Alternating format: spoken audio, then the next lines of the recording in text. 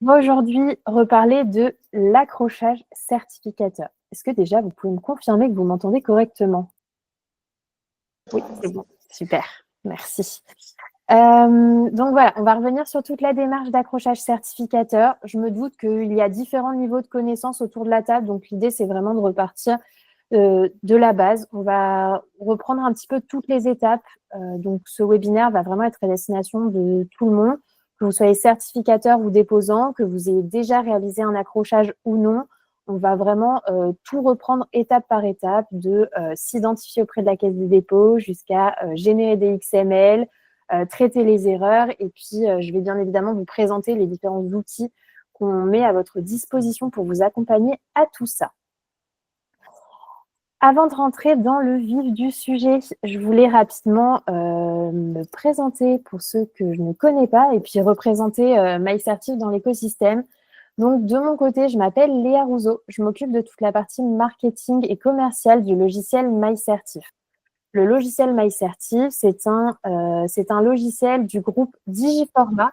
Donc, je pense que vous êtes plusieurs à connaître cette solution qui est un outil de gestion des organismes de formation. De notre côté, chez MyCertif, on va proposer des outils à destination des certificateurs. Donc, on a le logiciel MyCertif qui permet de piloter ces certifications professionnelles. Dans les grandes lignes, je vous affiche à l'écran les fonctionnalités qui sont proposées par le logiciel.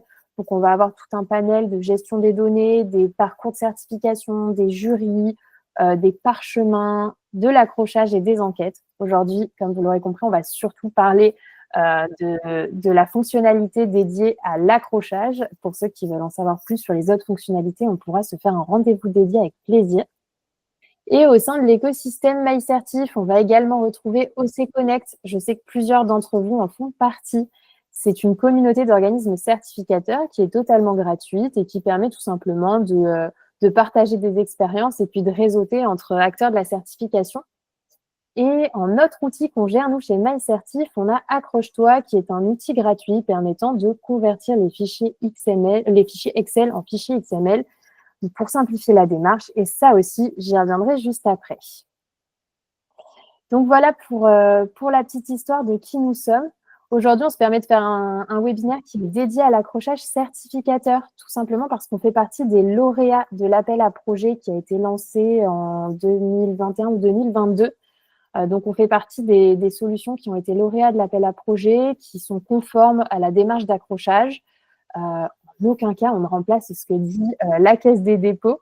Mais l'idée, voilà, c'est vraiment de pouvoir vous réexpliquer cette démarche-là parce que je sais que beaucoup ont encore des soucis, que ce soit pour comprendre à quoi ça sert, quelles sont les obligations, comment traiter les erreurs. Donc, on va revenir sur tout ça pendant ce webinaire. Tiens. Alors, peut-être que pour commencer, on va reprendre vraiment les bases de l'accrochage, qui est concerné, ce que c'est, à qui ça s'adresse. Donc déjà, qu'est-ce que l'accrochage certificateur et qui est concerné? Tout simplement, vont être concernés tous les organismes qui ont enregistré au moins une certification auprès de France Compétences. Que ce soit un RNCP ou un RS, vous allez être concerné par cette démarche d'accrochage.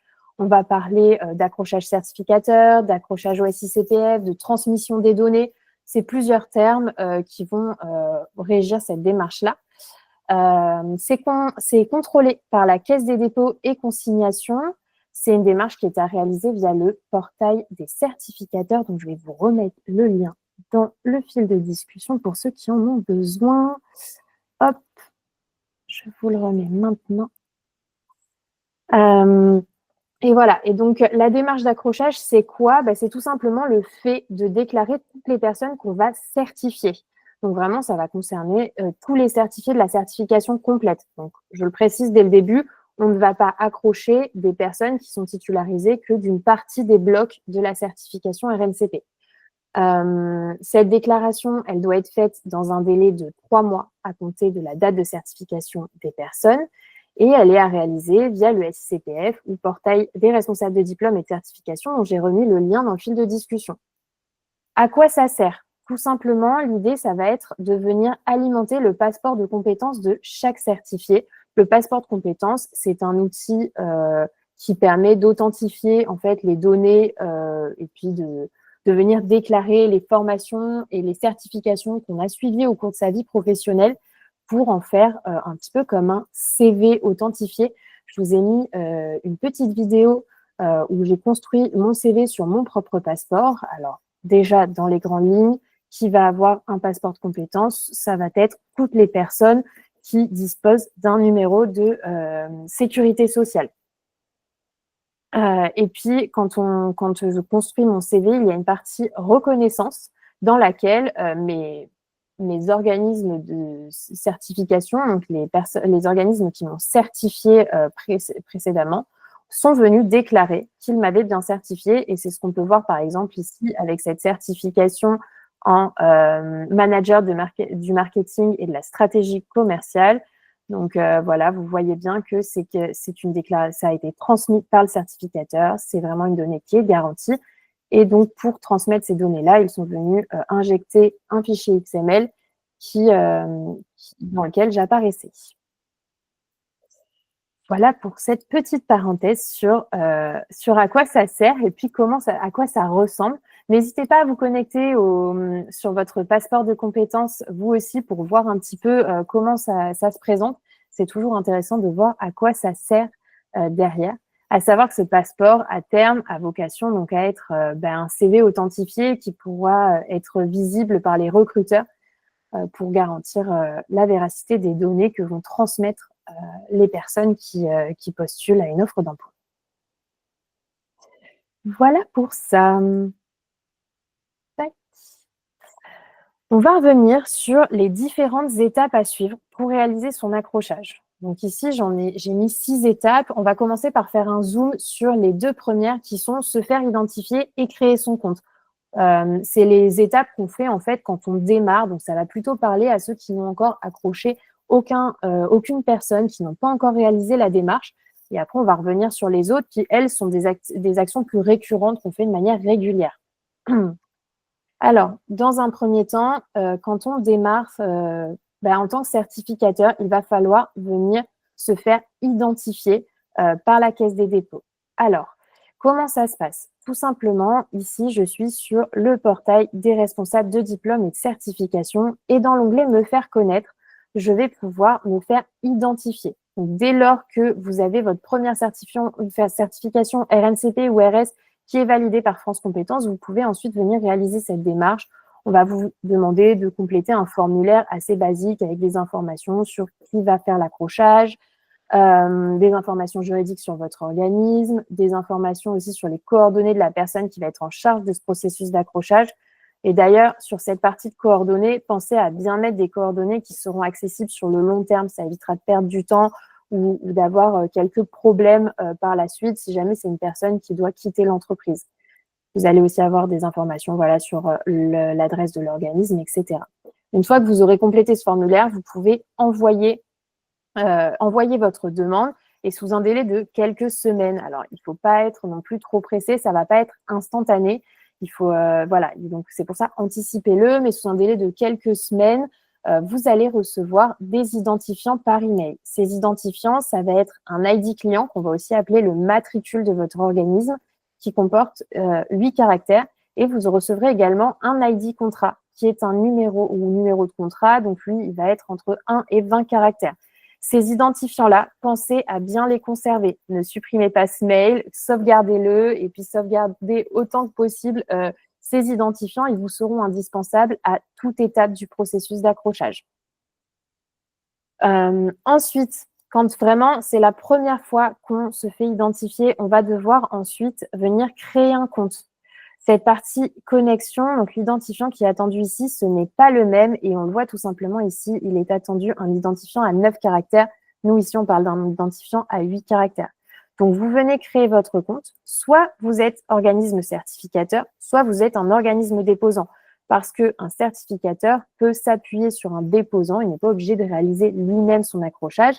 En revanche, il sera garant de la qualité des données qui sont transmises.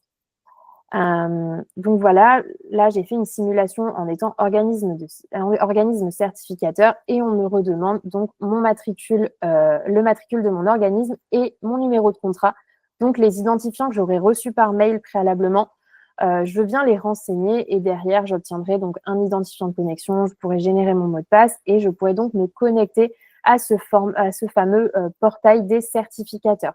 Voilà, donc ici, je remets bien tous les éléments que vous devez conserver à tout prix. Voilà pour ça. Je continue, surtout s'il y a des questions, n'hésitez pas à les poser dans le fil de discussion pour qu'on puisse les prendre au fil de l'eau. Hop, les étapes suivantes. Donc là, on va parler de la collecte des données, de la mise en forme du fichier XML, du dépôt de ce fichier et du traitement des erreurs. Ces étapes-là, qui sont plutôt sur la droite de l'écran, c'est des étapes que vous allez répéter de manière régulière au cours de la vie de votre certification. Alors, si vous avez un jury de certification par an, vous allez faire une fois par an votre démarche d'accrochage. Si vous en avez plusieurs, généralement, vous allez le faire plusieurs fois puisque c'est ce que je vous disais au tout départ, on doit déclarer ces certifiés dans les 3 mois après avoir certifié ces personnes-là. Donc, tout va dépendre de la temporalité de vos jurys. La première étape récurrente, ça va être la collecte des données. Alors, pour s'y retrouver, la Caisse des dépôts met à disposition de tous un fichier qu'on appelle le dictionnaire des données. C'est un document officiel qui va retracer toutes les données qui vont être nécessaires pour procéder à l'accrochage. On va retrouver des données qui vont être relatives au passage de la certification, donc la voie d'accès, la certification qui a été visée, la date d'obtention, etc. Et on va retrouver des données qui vont être relatives à l'identification des titulaires, puisque l'intérêt de l'accrochage, c'est vraiment de venir déclarer des passages de certification pour une ou plusieurs personnes de manière précise. Et pour identifier les titulaires, on est sur un principe de NIRisation, donc c'est-à-dire de reconstitution du numéro de sécurité sociale qu'on va appeler le NIR. Pour identifier ces personnes, il y a plusieurs façons de fonctionner. Si ce sont des personnes qui sont passées par le CPF, donc vous avez un numéro de dossier CPF, vous pouvez utiliser ces données-là. On va vous demander le numéro de dossier CPF, le nom et le prénom de la personne pour retrouver qui c'est et pouvoir venir compléter son passeport de compétences. Si on est en dehors du CPF, on va venir collecter des données pour identifier chaque personne. Donc, on va venir collecter son nom, son prénom, s'il y a des deuxièmes prénoms, date de naissance, lieu de naissance, etc. Je vais vous partager également le lien du dictionnaire des données que vous pouvez retrouver dans la partie guide du portail des certificateurs, mais que je vous remets juste ici. Donc voilà, ce sont vraiment toutes les données qui vont être indispensables. Prochainement, il va être disponible le fait d'accrocher des personnes directement grâce à l'utilisation de leur numéro de sécurité sociale. Alors, c'est pas en place c'est pas encore en place, pardon, au sein du dictionnaire des données et du processus d'accrochage, mais c'est quelque chose qui va arriver. Donc, vous pouvez totalement anticiper ce besoin-là en collectant d'ores et déjà le numéro de sécurité sociale des personnes que vous accueillez en formation, en certification. Nous, au sein des outils de MyCertif, on vous propose, notamment du coup du logiciel, on vous propose d'ores et déjà de collecter ce numéro-là. Je vais y revenir après quand je vais vous parler plus en détail des outils pour vous accompagner. Mais déjà, à savoir que toute cette collecte de données, nous, on vous guide pas à pas pour la faire, pour être sûr d'avoir toutes les données dès le départ. Et mon premier conseil, même les 2 premiers conseils que j'aurai à partager sur cette collecte de données, c'est d'être conscient en fait de toutes les données dont vous allez avoir besoin dès le départ, parce qu'une fois que les personnes, elles ont passé la certification, qu'elles sont parties du centre de formation, c'est beaucoup plus compliqué de venir compléter les données, d'entrer en contact avec, etc. Donc, anticipez bien tout ça et idéalement, vérifiez les données que vous collectez. Une faute de frappe, elle est vite arrivée ou une mauvaise compréhension, on vous a donné le nom d'usage au lieu du nom de naissance, des choses comme ça, c'est vite arrivé. Donc, anticipez tout ça, vérifiez les données et votre processus d'accrochage n'en sera que plus simple par la suite.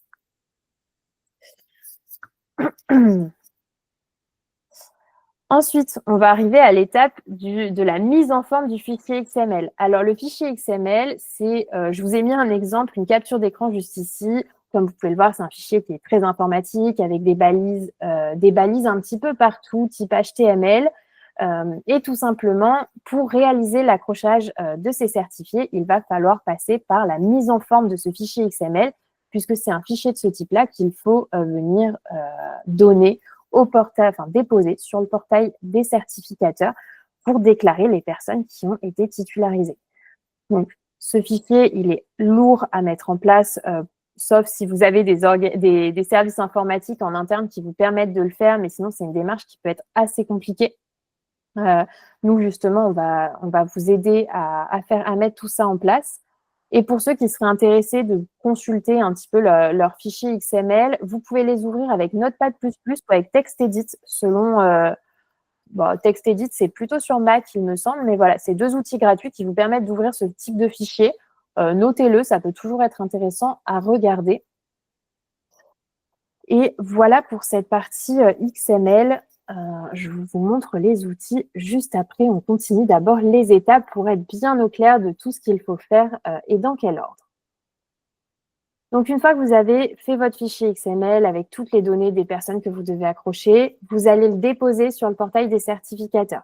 Et une fois que vous l'aurez déposé sur le portail des certificateurs, la Caisse des dépôts va vous remettre de manière automatique sur la même page ce qu'on appelle un accusé de traitement.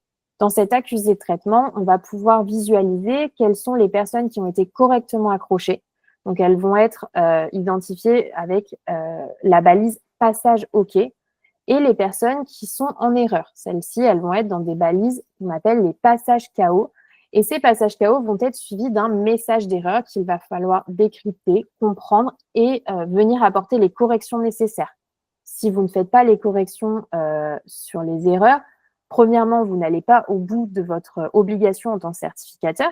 Et puis, deuxièmement, vous lésez des personnes qui ne verront pas leur passeport de compétences complété. Donc, pour traiter ces erreurs, on vient télécharger l'accusé de traitement.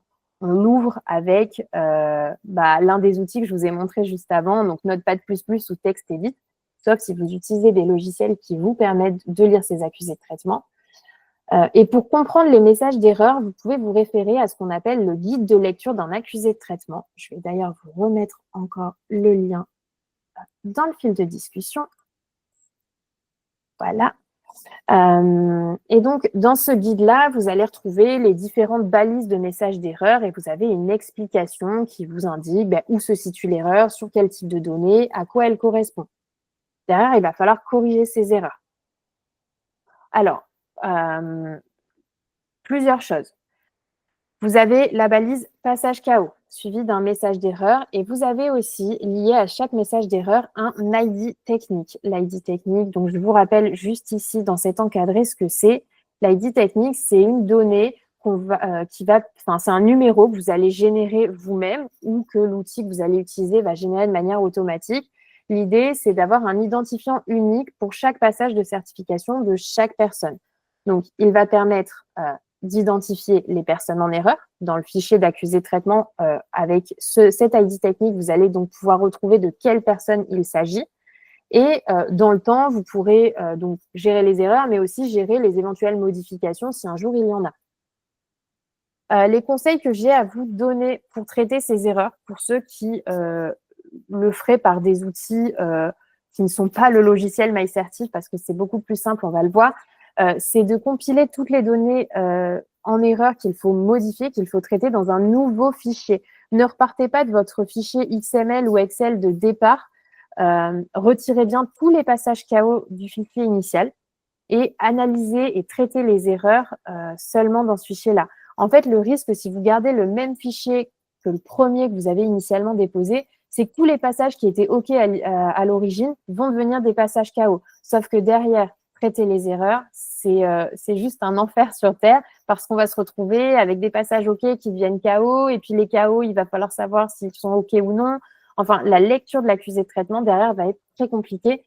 Donc voilà, pensez bien pour ceux qui veulent réaliser leur accrochage en toute autonomie à chaque fois repartir d'un nouveau fichier dans lequel vous ne mettez que les passages KO, vous repartez des ID techniques, vous les retrouvez et vous corrigez les données en lisant le guide de lecture de l'accusé de traitement, vous allez comprendre ces données-là.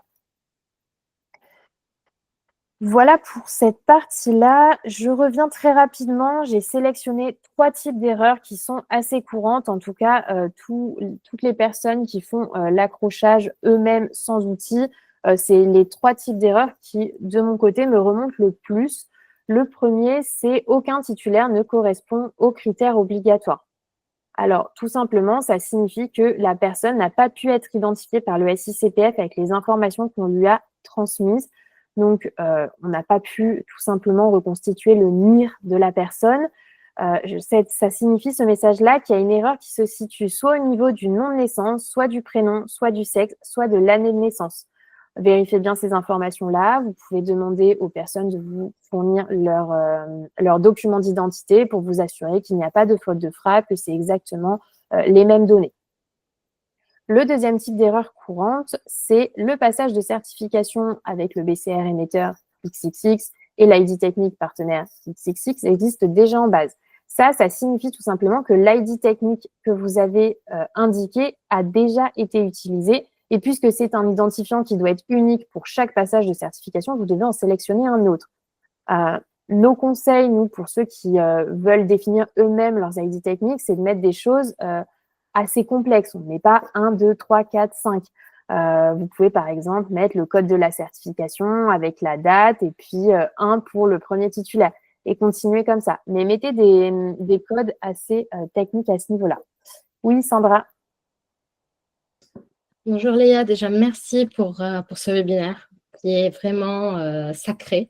Avec plaisir. J'ai vu que tu en parles. Effectivement, moi j'ai fait l'erreur de déposer et j'ai vu que j'avais normalement 6 passages KO et j'avais pas retiré les bons, j'avais pas retiré les passages OK. Ce qui fait que j'ai redéposé avec mes passages OK. Et j'ai effectivement cette fameuse phrase qui cet ID existe déjà. Voilà.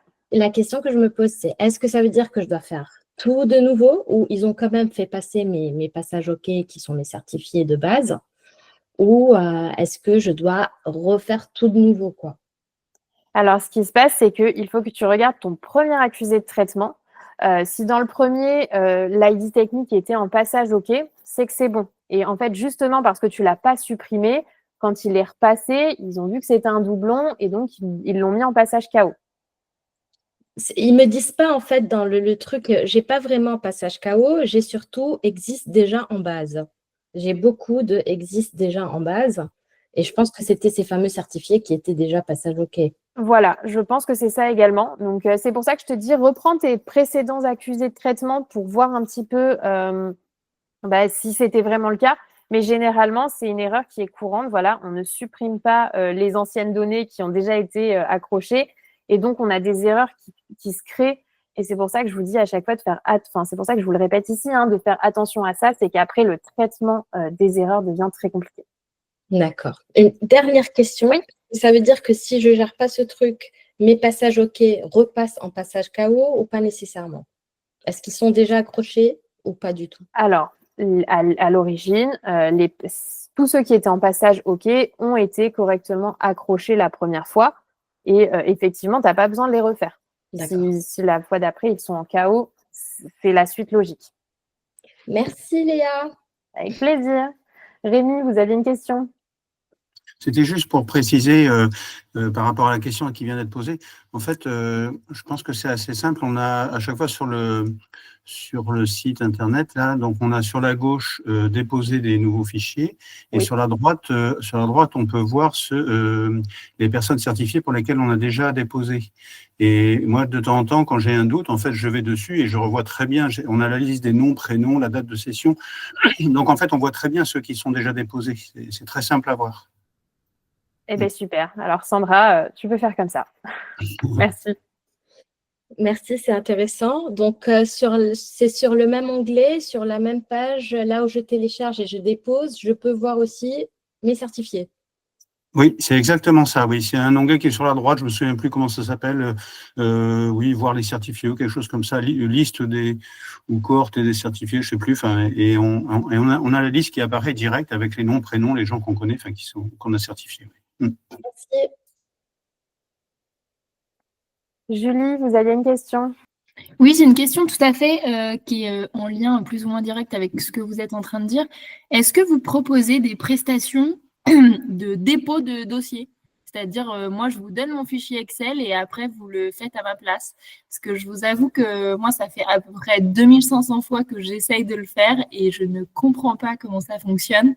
Et ça me rend un peu dingue. Donc, est-ce que vous proposez ça ou est-ce qu'il y a d'autres organismes qui proposent ça?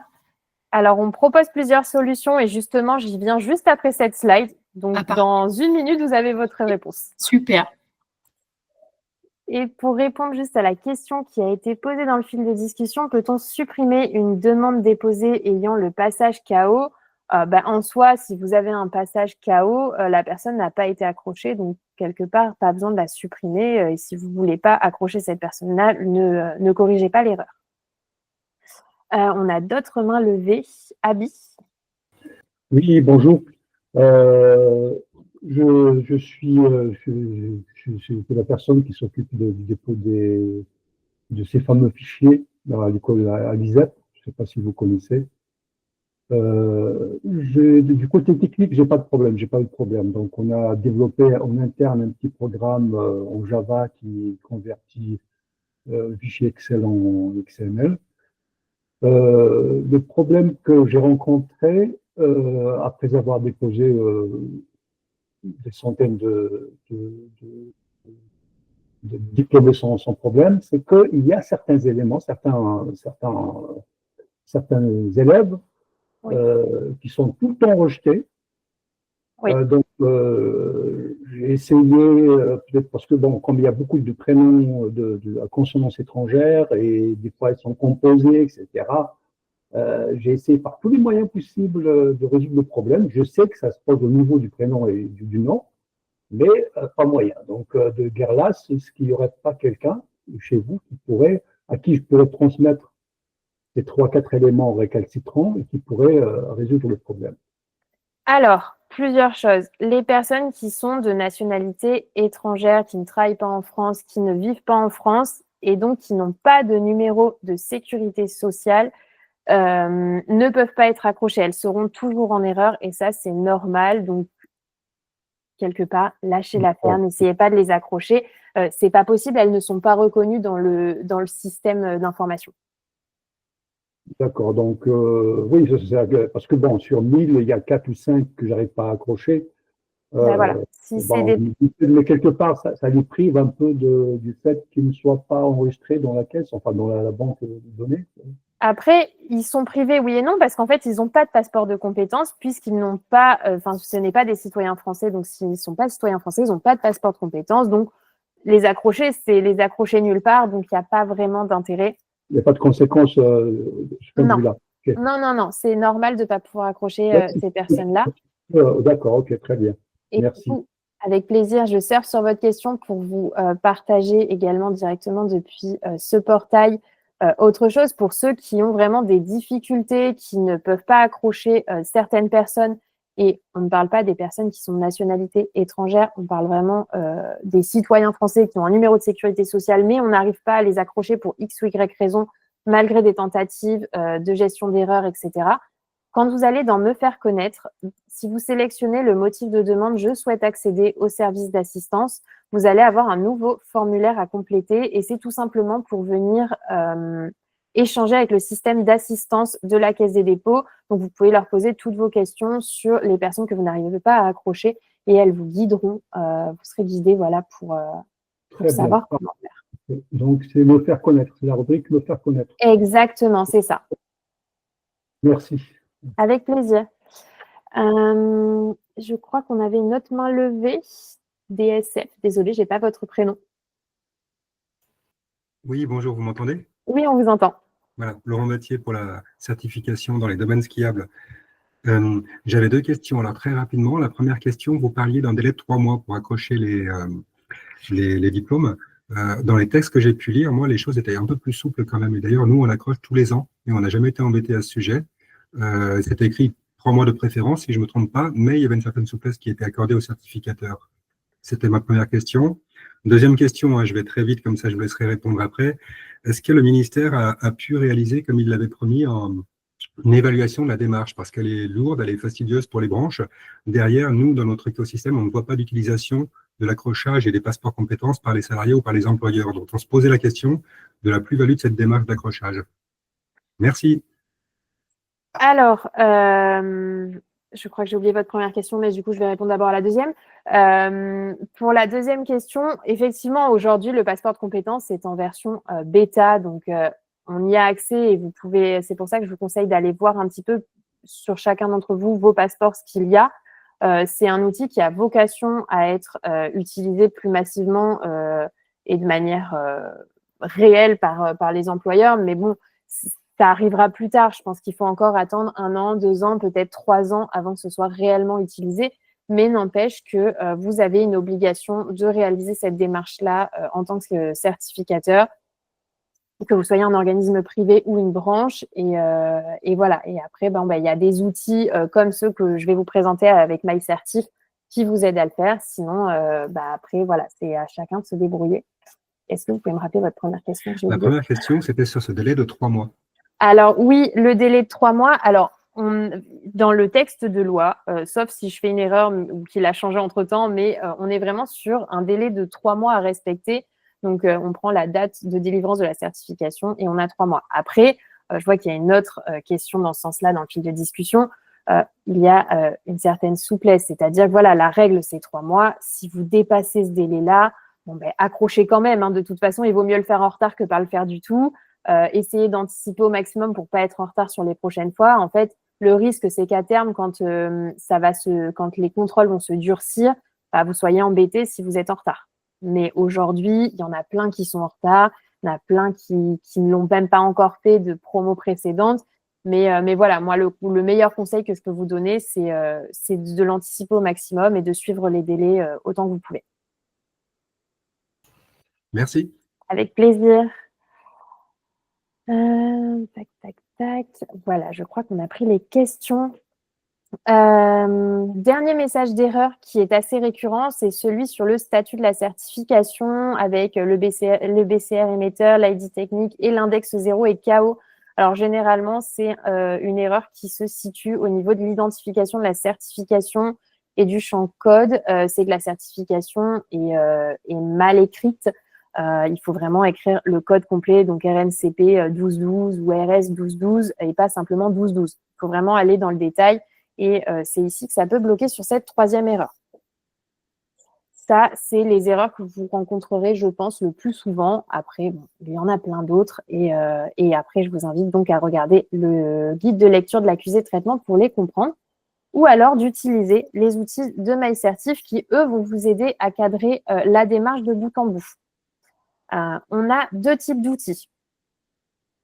Le premier, c'est le logiciel MyCertif, dont je vous montrais le schéma au démarrage, qui permet de gérer l'intégralité de sa certification en conformité avec France Compétences, avec les dépôts, avec la Caisse des dépôts. On vous accompagne vraiment à tout gérer, le suivi du parcours, la gestion des jurys d'évaluation, de certification, des parchemins, de l'accrochage, des enquêtes d'insertion.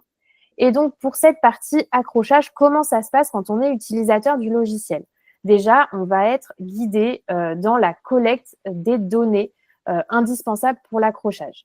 Alors, soit vous passez par vos candidats passent par des financements CPF et dans ces cas-là, vous allez pouvoir synchroniser votre plateforme MyCertif avec votre plateforme EDOF.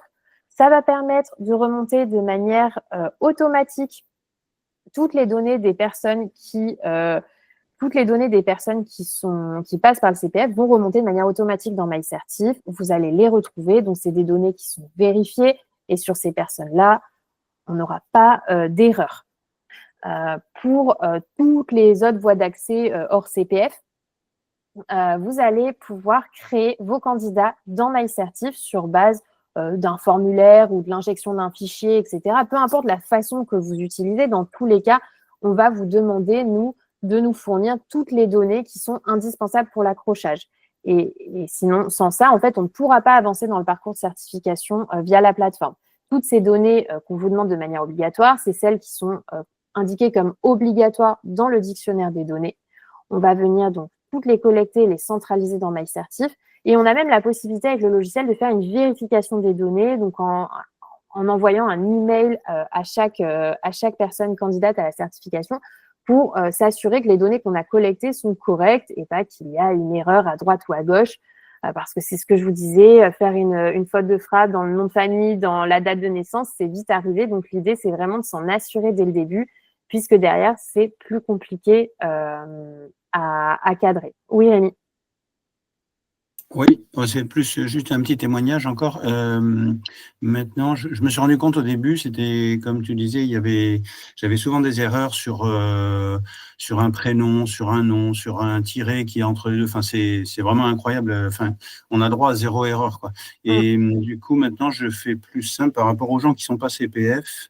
J'ai tendance à prendre, je prends en photo en fait la carte d'identité recto verso. Donc, quand la personne arrive au jury certification, elle le sait, elle est prévenue par écrit et par oral que je demande la carte d'identité.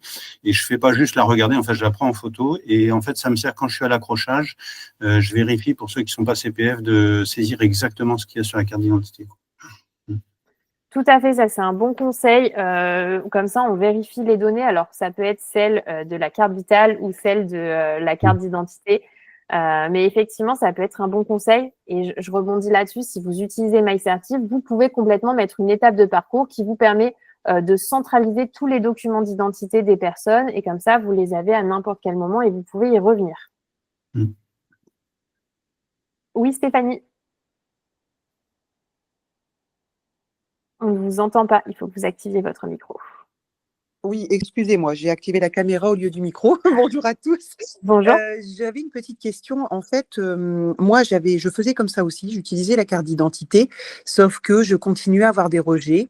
Et en échangeant sur l'assistance avec France Compétences, ils m'ont dit qu'il fallait plutôt utiliser l'attestation de sécurité sociale. Effectivement, ça permet. En fait, vu que le système d'information, son objectif, c'est de venir de venir reconstituer le numéro de sécurité sociale. Si vous avez la possibilité, prenez les informations de la carte vitale, de l'attestation de sécurité sociale, ce sera beaucoup plus sûr. Même Oui, si parce généralement que on a les mêmes. Mais oui, et en fait, si vous voulez, le souci, c'est que moi, tous les rejets que j'ai eus, c'était des tirets. Alors, soit c'est un tiret ci, soit c'est un tiret bas, soit il y a parfois 2 tirets, ça peut arriver. effectivement. Et tout ça, effectivement, ça fait toujours des rejets. Mais normalement, si on prend exactement l'attestation de sécu, je dis bien normalement, ça ne doit pas bloquer. Effectivement, c'est un bon conseil à retenir. Voilà, merci. Merci à vous. Katarzyna?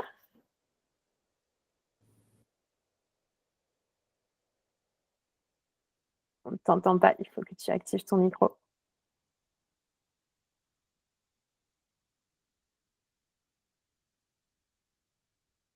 Non.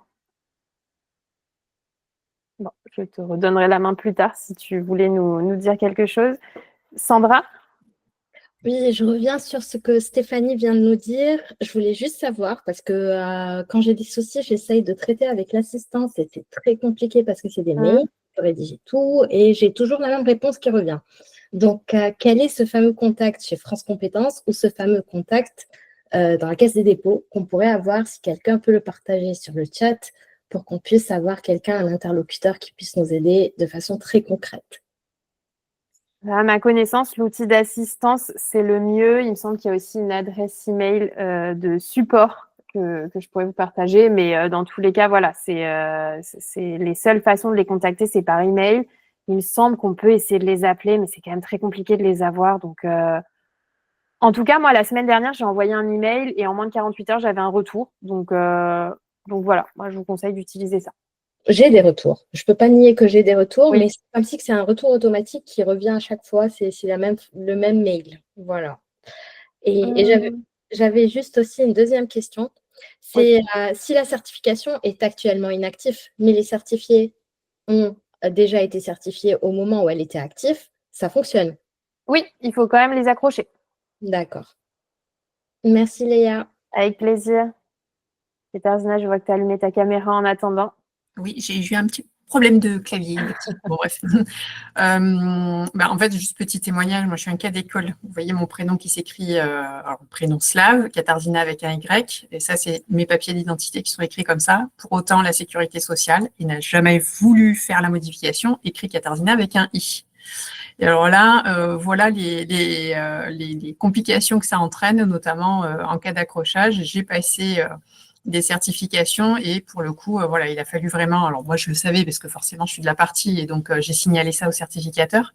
Mais s'il n'avait pas pensé à récupérer les données telles qu'elles figurent sur mon attestation de sécu, en fait, s'il s'était fié, en l'occurrence, à mon passeport ou à ma carte d'identité, voilà, j'étais en chaos systématique au niveau de l'accrochage. Donc voilà, c'est un vrai sujet. Deuxième élément, alors c'est juste pour rebondir sur ce qui avait été dit il y a quelques minutes concernant les accrochages en retard. Donc là, petit conseil aux certificateurs, il peut y avoir un temps de décalage effectivement entre le moment où vous accrochez, entre le moment, peut-être parfois vous allez dépasser ce fameux délai de 3 mois. Bon, on évite de le dépasser, mais si ça arrive, c'est pas effectivement, il n'y a pas mort d'homme.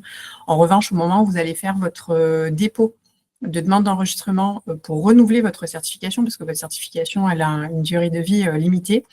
S'il y a un trop fort décalage entre le nombre de personnes qui ont passé la certification et le nombre de personnes qui ont été accrochées, c'est là où ça peut devenir problématique. Donc, il faut vraiment veiller à le faire dans les temps pour ne pas avoir à justifier, à expliquer le pourquoi du comment, pourquoi ce décalage qui peut interroger du coup l'instruction et la commission sur le process sécurisé de la démarche certificative telle que vous l'aurez, par exemple, décrit dans votre procédure d'assurance qualité. Donc ça, c'est vraiment un point de vigilance. Effectivement, merci pour ce rappel. Je vais prendre une dernière question et après, je continue sur les outils pour tous ceux qui venaient aussi rechercher des outils. Elisabeth ?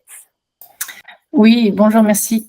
Je voulais rebondir sur ce que Sandra a dit concernant l'accrochage de titres qui ont été renouvelés entre le moment où on accroche et le moment où ils sont titrés et le moment de l'accrochage. Ça ne marche pas en fait, le fichier est rejeté. Sur des renouvellements actuels, on a un onglet qui, en tout cas, moi, n'apparaissait pas sur mes 2 titres en cours, qui est date de dernière délivrance possible à la certification. Cette petite phrase-là, sur mon ancien titre, n'apparaît pas. Et du coup, je suis bloquée car j'ai 2 fichiers qui sont rejetés parce que je suis tombée juste sur cette période de renouvellement. Est-ce que vous avez une solution? Parce que du coup, moi, je suis complètement bloquée, je n'arrive pas à les accrocher. Là, non. Ce que je vous propose, vous pouvez me faire un petit mail et on essaye de voir ça ensemble juste après, si vous voulez. Ok. Merci beaucoup. Avec plaisir. Du coup, si je reprends mes outils, donc c'est ce que je vous disais. Dans le premier outil, le logiciel MyCertif, on fait la collecte, la vérification des données dès le départ. Comme ça, vous êtes sûr de tout avoir pour l'accrochage. Ensuite, ce que vous propose MyCertif, c'est de vous mettre à disposition tous les fichiers XML déjà complétés, conformes au dictionnaire des données, etc., en un clic. Donc, à ce moment-là, on simplifie toute la démarche, on ne s'embête pas avec la partie technique, tout est à votre disposition directement dans l'application. Et pareil, pour le délai des 3 mois, c'est encore plus simple à traiter parce que dès que vous avez validé la certification d'une personne, vous pourrez venir l'accrocher très facilement. Donc, pour répondre à la question qui a été posée tout à l'heure par Julie, voilà, ça, c'est le meilleur outil que je peux vous conseiller pour faire l'accrochage. Alors, la seule démarche, quelque part, que vous aurez à faire, c'est télécharger le fichier XML sur MyCertif et aller le déposer sur le portail des certificateurs. Mais voilà, on s'affranchit de toute cette partie technique et MyCertif va même beaucoup plus loin puisque vous allez pouvoir gérer les erreurs avec la plateforme. Comme vous pouvez le voir juste ici, on a la possibilité de venir importer un fichier XML de réponse de la Caisse des dépôts. Donc, c'est ce fameux accusé de traitement dans lequel on voit les passages OK et les passages KO. Vous venez l'importer dans l'outil et tout simplement, c'est la plateforme qui va vous indiquer s'il y a des erreurs et où est-ce qu'elles sont situées, que ça soit sur la personne ou sur la donnée. Tout va vous être précisé. Donc, vous allez avoir, comme vous le voyez ici, votre liste des personnes accrochées. On va pouvoir voir très facilement donc, les transmissions à faire. Ce sont les personnes qui passeront dans un prochain export XML. Là, nous avons des personnes en erreur. Donc, on voit que, par exemple, ici, c'est une donnée obligatoire qui est manquante, ce qui est assez étonnant. Mais on a aussi ici donc un problème au niveau du nom de famille, du prénom, de la civilité, de la date de naissance. Ça, c'est le message d'erreur le plus courant qu'on peut retrouver, que je vous partageais tout à l'heure. Là, il est décrypté par MyCertif. Et vous pouvez venir gérer vos erreurs directement depuis l'outil. En fait, vous allez pouvoir, en un clic, contacter toutes les personnes en erreur en leur envoyant un email. Donc, c'est l'email que vous voyez juste ici. Et dans cet email, donc on va récapituler que le diplôme n'a pas pu être référencé sur leur passeport de compétences à cause d'informations manquantes ou incorrectes. Et dans ces cas-là, on leur demande de vérifier les données. On leur remet la liste de toutes celles que nous, on a dans le système MyCertif, donc qui ont été préalablement enregistrées. Et comme ça leur permet d'apporter un retour en disant, ben voilà, mon nom de famille, il y a un D à la fin, vous ne l'avez pas mis, je suis née en telle année, vous êtes trompé. Voilà, la personne peut venir vous indiquer où sont les erreurs. De votre côté, en tant qu'utilisateur de la solution MyCertif, vous venez les corriger dans leur fiche candidat. Et une fois que les corrections ont été apportées, vous pourrez retourner sur cette page-là, venir exporter un fichier XML avec toutes les informations corrigées et puis toutes les informations des personnes qui n'auront pas encore été accrochées et refaire la démarche. L'idée, c'est d'avoir un maximum d'indicateurs qui passent au vert comme celui-ci. Ça voudra dire que les personnes ont correctement été accrochées. Nous, quand c'est en vert ici, ce sont tout simplement les passages OK qui apparaissent de cette façon-là. Donc voilà, le logiciel MyCertif, c'est la solution la plus complète pour gérer sa certification de manière générale, mais au niveau de l'accrochage certificateur, pouvoir tout gérer de bout en bout, de la collecte des données jusqu'à la gestion des erreurs. Oui, Laura. Bonjour, moi j'avais juste une question. Une fois qu'on a traité les erreurs, est-ce qu'il faut retélécharger un fichier et le remettre sur une plateforme ou est-ce que ça se fait automatiquement? Alors, vous parlez dans l'utilisation de MyCertif? Ouais. Alors, effectivement, vous allez corriger les erreurs dans la plateforme et derrière, c'est ce que je vous disais, vous revenez ici et vous téléchargez un fichier XML et en fait, il se sera mis à jour de toutes les données corrigées. Okay. Et en le redéposant, voilà, en faisant ce jeu de ping-pong de je télécharge un fichier, je le dépose et je mets l'accusé de traitement, ça vous traitera toutes les erreurs. Ok, super, merci. Oui, Laurent. Oui, rebonjour. Alors, nous, on a un système de gestion des certifications, une plateforme qui nous est propre. Et jusqu'à présent, on pouvait éditer un énorme tableur Excel avec toutes les données. Et notre OPCO, qui était l'OPCO EP, avait un outil de transformation en langage informatique de cette plateforme Excel. J'ai cru comprendre la semaine dernière que notre OPCO allait arrêter ce service. Et c'est un peu pour ça que je suis là aujourd'hui. Je voulais savoir si on pouvait, nous, vous transmettre une base Excel et qu'il y avait une traduction dans votre outil MyCertif Digiformat. Alors justement, j'y viens. Alicia, je réponds à votre question juste après, mais du coup, c'est la partie outils gratuits qui est dans la lignée. Donc là, je vous ai parlé du logiciel qui gère vraiment de bout en bout et la manière la plus simple possible. Après, on met à disposition de tous un outil gratuit qui s'appelle Accroche-toi et qui permet de générer des fichiers XML à partir d'un fichier Excel. Grosso modo, c'est le même que sur OPCO EP. Et donc, pour vous présenter cet outil-là que vous pouvez utiliser autant que vous le souhaitez, qui est forcément un petit peu plus fastidieux parce que c'est à vous de compléter les données. Comment ça se présente? Vous avez un fichier Excel modèle. Là, oui, voilà, c'est ça. Il y a juste une capture d'écran sur une partie. Hein, comme vous pouvez le constater, le fichier est beaucoup plus long que ça. On vient, voilà, en fait, le fichier est vraiment construit pour permettre de générer un XML conforme aux attentes de la Caisse des dépôts. Nous, avec MyCertif, on s'assure de vous fournir un fichier qui est conforme aux attentes de l'accrochage. Mais ça veut dire qu'on a aussi pas mal de blocages en fait qui se font et on vous impose des choses.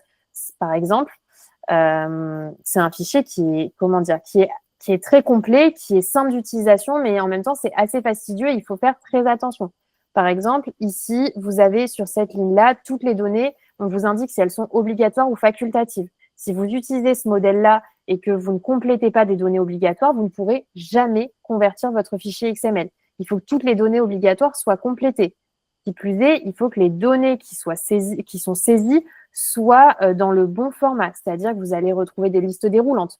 Vous allez retrouver, là par exemple, on le voit, on a le code de la certification, il faut le mettre complet, RNCP 9999. Si on met juste 9999, ça ne marche pas. il y a pas mal de petites choses comme ça. Les dates, c'est des erreurs qui sont assez courantes aussi. J'ai beaucoup d'utilisateurs qui me contactent et qui me disent qu'ils n'arrivent pas à convertir le fichier. Mais en fait, si la date, vous ne respectez pas exactement le format que nous, on vous préconise dans l'outil, ça ne convertira jamais votre fichier. Donc voilà, c'est un outil qui est génial. Moi, je le conseille plutôt quand on a, entre guillemets, des petits volumes, type maximum une 50aine de certifiés à l'année. Après, quand on fait 2, 3, 4, 500 certifiés à l'année, ça peut vite être assez fastidieux de venir compléter ce fichier-là. En tout cas, il est construit de manière à vous guider un maximum. Vous avez une ligne d'exemple.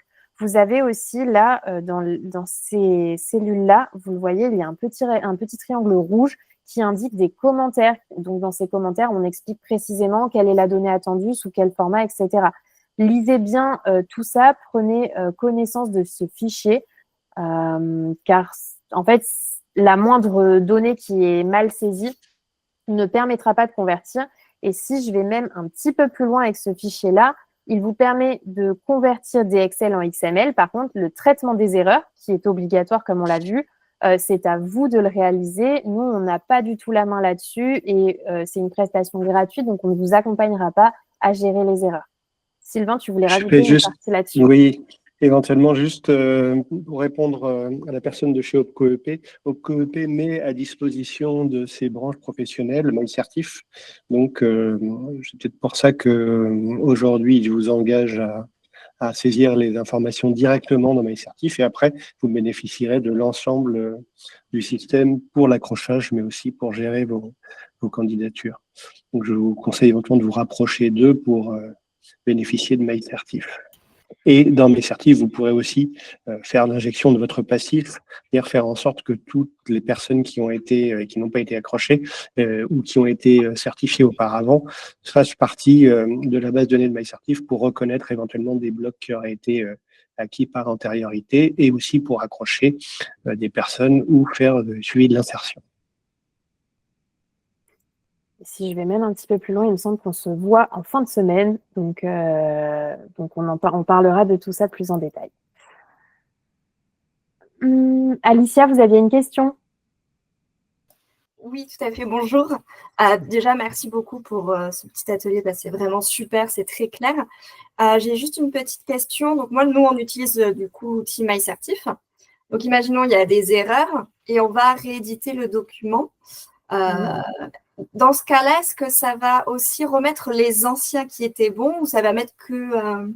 C'était par rapport à ça ma question. Alors non, ça va remettre que les erreurs. En fait, oui, le système MyCertif, c'est ce que je vous disais, c'est le plus complet, c'est la meilleure façon de savoir en fait qui a été accroché ou non. Et donc non, les passages OK ne vont pas être remis dans le fichier XML. Et de toute façon, vous pouvez très facilement les identifier parce qu'on le voit, ils apparaissent en vert. Donc, nous, dans le système MyCertif, ils sont indiqués comme étant traités, accrochés et on passe à la phase d'enquête. Mais sur cette partie-là, c'est fait.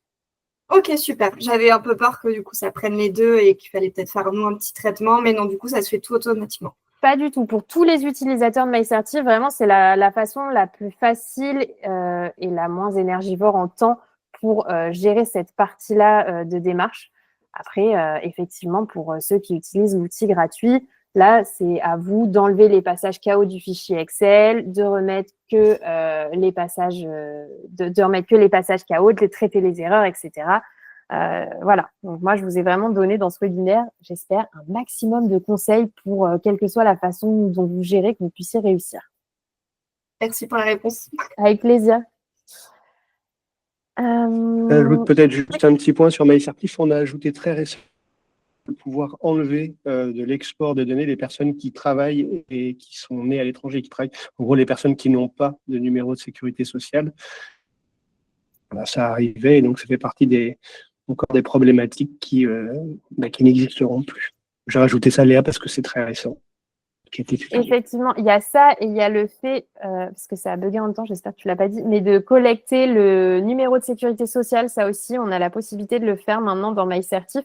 Alors, ce n'est pas utilisé encore pour l'accrochage parce que c'est ce que je vous disais, ça c'est pas pris en compte du côté de la Caisse des dépôts, mais en tout cas, nous, on vous propose d'ores et déjà de le collecter dans MyCertif. Comme ça, dès que le système d'information de la Caisse des dépôts va évoluer, eh bien, on pourra directement en bénéficier. On aura déjà toutes les données. Et alors là, autant vous dire qu'on ne parlera plus d'erreur d'accrochage, et tant mieux. Voilà pour ça. Alors, j'ai un peu raté le fil de discussion. S'il y en a qui veulent prendre la main pour poser leurs questions, allez-y. Non, éventuellement, je précise un dernier point, Léa, qui va dans le sens de ce que tu as dit avant. On a aussi le connecteur EDOF qui facilite grandement l'accrochage Caisse des dépôts. Donc, si vous utilisez MyCertif et que vous n'avez pas encore mis en service vos partenaires la partie d'accrochage avec EDOF, ben vous le pouvez. Et dans ce cas-là, pareil, les données avec un numéro de dossier CPF sont saisies automatiquement. Ça vous pareil, élimine énormément de problématiques d'accrochage. Effectivement. Et puis pour ceux qui utilisent MyCertif, là, qui sont autour de la table et qui veulent activer ce connecteur EDOF, n'hésitez pas à aller dans l'aide en ligne. Vous avez tout expliqué pour pouvoir l'activer et transmettre la procédure également à vos partenaires pour qu'ils le fassent. Oui, Stéphanie. Oui, vous m'entendez? On vous entend. Oui, alors, est-ce que je suis sur mon téléphone? Alors, ce n'est pas le même son, excusez-moi. J'avais une question. Ce que vous venez de présenter, c'est un pack MyCertif qui inclut tout dedans. Et ce sont, je suppose, des formules qui sont payantes? Tout à fait. Alors, regardez, je vais vous remettre le MyCertif, la solution entière, elle englobe toutes les fonctionnalités qu'on voit à l'écran. Donc, l'accrochage, quelque part, ce n'est qu'une brique de fonctionnalité parmi tant d'autres. Et effectivement, c'est une solution qui est payante, alors que l'autre outil est gratuit, mais par contre, le temps de travail n'est pas le même non plus. Alors après, parce que moi, si vous voulez, sur l'accrochage en soi, je vais pas... Enfin, si j'ai quelques soucis, d'ailleurs, il y a des personnes que j'ai beau revérifier plusieurs fois sur les attestations de sécu, sur tout ce que je veux, elles restent en erreur. Donc, moi, France Compétences nous a demandé dans ces cas-là de faire un mail en disant qu'après une multiple vérification, on n'arrive pas à les déposer. Je les ai déposés 3-4 fois en rechangeant et ça fonctionne jamais. Donc, ils nous ont dit un simple mail suffit. Mais par contre, l'accrochage sur EDOF, ça fait partie du pack. On ne peut pas prendre que l'accrochage sur EDOF, par exemple. Non, ce sera un tout. D'accord, c'est un ensemble. Ok, c'est ça que je voulais savoir. D'accord. Tout à fait. Mais n'hésitez pas, je vais mettre mon adresse mail dans le fil de discussion pour ceux qui veulent qu'on en discute plus en détail. Alors, je vous mets mon mail. N'hésitez pas à me faire un petit mail. Et puis, si c'est plus simple d'en discuter par téléphone, vous me mettez à quelle heure vous êtes disponible et puis je vous appellerai. Oui, d'accord, pas de souci. On fait comme ça. C'est gentil, merci. Et éventuellement, ce mail qu'ils vous ont donné pour ces problèmes d'accrochage que vous n'arrivez pas à faire malgré vos différentes tentatives, si vous pouvez le mettre dans le fil de discussion, peut-être intéressant aussi pour que les autres l'aient. En fait, alors là, c'est parce que je suis sur mon téléphone, donc malheureusement, je peux pas le faire parce que j'arrive pas à me connecter sur mon ordinateur. Mais en fait, c'est simplement un mail où je reprends le nom de la personne et je dis simplement que cette personne-là, je n'ai pas réussi à l'accrocher malgré plusieurs tentatives.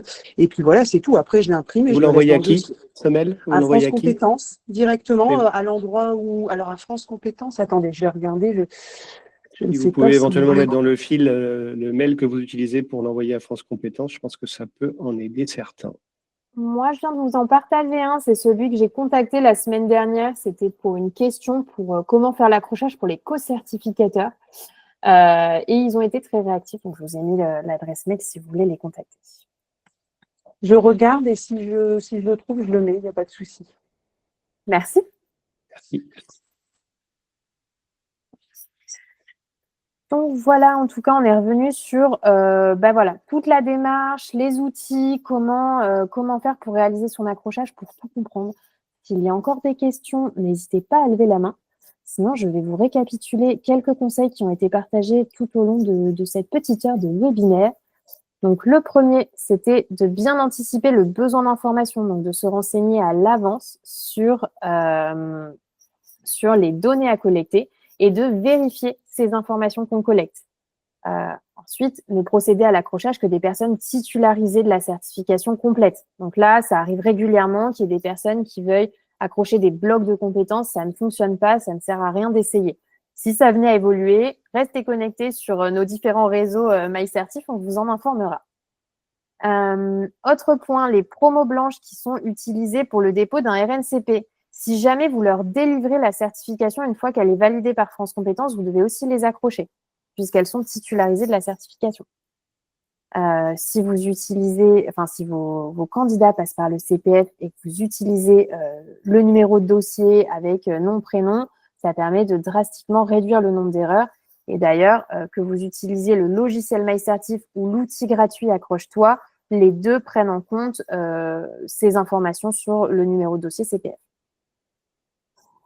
Conservez tous les documents qui sont relatifs à vos accrochages et les preuves de vos actions correctives, notamment si vous avez pas mal d'erreurs, conservez tout ce qui peut être conservé. Faites-vous un dossier dans un drive, vous gardez vos XML, vos accusés de traitement. Comme ça, si demain, il y a des procédures de contrôle, au moins, vous aurez tout déjà dans un dossier pour ne pas vous faire taper sur les doigts. Pour ceux qui ont pas mal d'erreurs, gardez en tête qu'il y a une tolérance de 8% d'erreurs après action corrective qui est acceptée. Donc là, on est bien après action corrective, mais voilà, s'il y a quelques personnes vraiment qui ne passent pas dans le système, que vous avez tout essayé, que vous avez contacté l'outil d'assistance, il y a une tolérance de 8%, mais encore une fois, gardez les documents de preuve, au moins vous êtes sûr de ne pas vous faire embêter. Avant-dernière astuce, les personnes qui sont de nationalité étrangère, qui ne travaillent pas en France, qui ne résident pas en France, ça ne passera pas pour les accrocher, c'est normal. Et puis, le dernier point, c'est l'outil d'assistance que je vous ai montré tout à l'heure. Et puis, on peut en rajouter avec ce qui s'est dit au cours de ce webinaire, donc notamment, si vous pouvez collecter les attestations de sécurité sociale, faites-le. Comme ça, au moins, vous vous affranchirez de pas mal d'erreurs également. Oui, Laura? J'avais une question à ce niveau-là, justement, de garder tout ce qui est des données vraiment très personnelles, parce que les attestations de sécu, c'est vraiment de la donnée personnelle sensible. Qu'est-ce qui est d'usage de faire, pour le coup, au niveau informatique et protection et toutes ces choses-là? Est-ce qu'on les garde? Est-ce que... Voilà. Sylvain, tu veux parler un peu de tout ça? Ou peut-être que tu peux pas. Il faut que je me remette dans une salle pour le coup. Attends, mais c'est bon, je prends alors. Alors, effectivement, ça peut être un peu touchy de garder certains éléments. Si vous passez par des logiciels type MyCertif, nous, on sécurise vraiment les données, on est RGPD friendly, etc. Donc, il n'y a pas de souci à ce niveau-là. Après, pour ceux qui passent en dehors, j'avais vu passer, j'essaierai de vous le retrouver, un site du gouvernement qui permet aux personnes de transmettre en fait leurs documents d'identité, de sécurité sociale, mais au travers d'un portail qui est sécurisé. Okay. Je n'ai plus le nom, mais si vous regardez dans les guides de la Caisse des dépôts, c'est eux qui le partageaient, donc il est quelque part. Si je le retrouve, je vous ferai un petit mail pour vous le Parce partager. que nous, pour le coup, on passe par MyCertif, mais la plupart des certifications, c'est à distance. Donc, ils ne peuvent pas nous présenter leur attestation de sécu. Et par mail, on sait que les boîtes, elles peuvent être piratées. Voilà. Alors après, si vous avez une étape de parcours dans MyCertif qui est dédiée à ça, les candidats pourraient directement se connecter à la plateforme et venir déposer leur attestation eux-mêmes. D'accord, ok. Merci. Avec plaisir.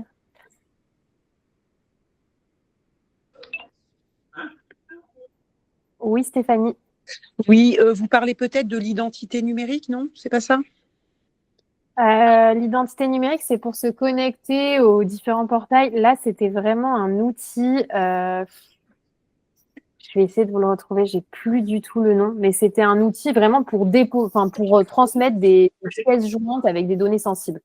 Ah oui, d'accord. Ah, pour transmettre des pièces, d'accord, je n'avais pas compris. Pour les transmettre, Okay. exactement. D'accord, merci.